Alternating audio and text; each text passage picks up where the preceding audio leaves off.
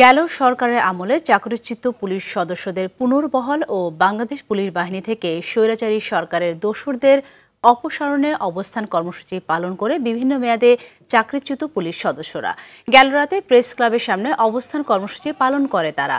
চাকরিচ্যুত পুলিশ সদস্যরা জানান, বিগত সরকারের আমলে স্বল্প অপরাধের দায়ে বিভিন্ন মেয়াদে তাদেরকে চাকরিচ্যুত করা হয়। এ সময় অন্তর্বর্তী সরকারের দৃষ্টি আকর্ষণ করে বিশেষ বিবেচনায় চাকরিতে পুনর্বহালের দাবি জানান তারা। হেডকোয়ার্টার আমাদের আশ্বস্ত করছে যে তোমাদের পুনর্বহাল করব, কিন্তু এই হেডকোয়ার্টারে কিছু বেনজিরের দোসর আছে, আওয়ামী লীগের দোসর আছে, তাদের কারণে আজও পর্যন্ত আমাদেরকে পুনর্বহাল করা হয়নি।